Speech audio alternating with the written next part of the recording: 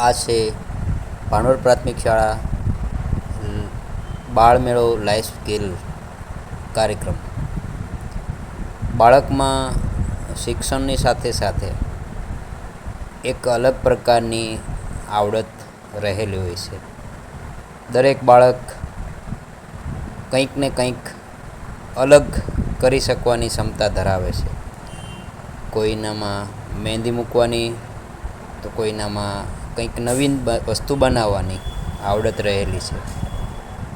કોઈક કાગળ કામમાંથી, તો કોઈક કાપડમાંથી, કોઈક લોખંડમાંથી, કોઈક લાકડામાંથી જીવનમાં ઉપયોગી એવી કંઈક નવી ક્રિએટિવિટી બનાવી અને જીવન સરળ જીવવામાં સહાયરૂપ થાય એવી તેનામાં સ્કિલ વિકસે એ હેતુથી દર વર્ષે આપણે લાઈફ સ્કિલ મેળો નાના બાળકોમાં 1 થી 5 ધોરણમાં બાળમેળો અને 6 થી 8 ધોરણમાં લાઈફ સ્કિલનો કાર્યક્રમ કરીએ છીએ. જેનાથી બાળક શિક્ષણ સાથે પોતામાં રહેલી અદ્ભુત શક્તિઓ જે કુદરતે એને પહેલેથી જ આપેલી છે અને બાળક એ શક્તિઓને જાણે, પોતામાં વિકાસ કરે અને એનો ઉપયોગ આવનાર એના જીવનમાં એક આર્થિક પ્રવૃત્તિ તરીકે, એક માનસિક સુખ માટે કરે તો એનું જીવન સુંદર રીતે જીવી શકશે.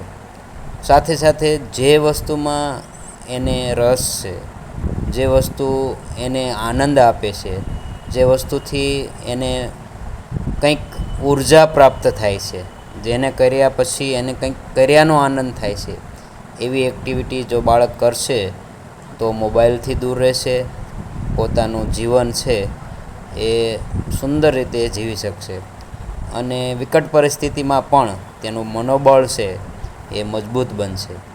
એટલા માટે સરકાર દ્વારા દર વર્ષે બાળમેળો અને લાઈફ સ્કિલ, જોકે આ પ્રવૃત્તિ અભ્યાસની સાથે સાથે પણ અમે કરાવીએ છીએ અને બાળકો કરે છે.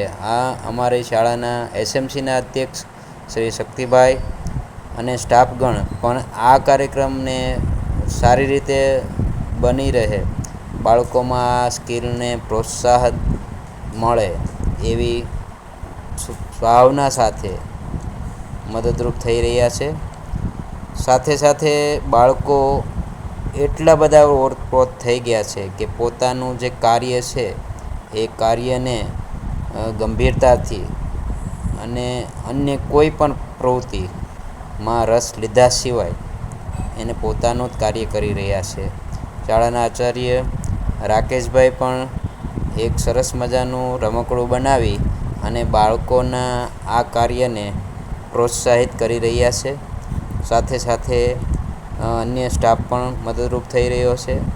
છેલ્લે બાળકોની તૈયાર થયેલી આકૃતિઓ આપણે જોઈએ, જેમાં એમણે પ્રાર્થના માટે, ભગવાનની પ્રાર્થના કરવા માટે બનાવેલા થાળ, બનાવેલી રંગોળી, જે અનાજનો ઉપયોગ કરીને, વૃક્ષોના પાંદડા ઉપયોગ કરીને એક સરસ મજાની ડિઝાઇન તૈયાર કરી છે. એમાં પણ પોતાની આગવી રચનાત્મક શૈલીઓ રજૂ કરી છે. ધન્યવાદ. જય હિન્દ, જય ભારત.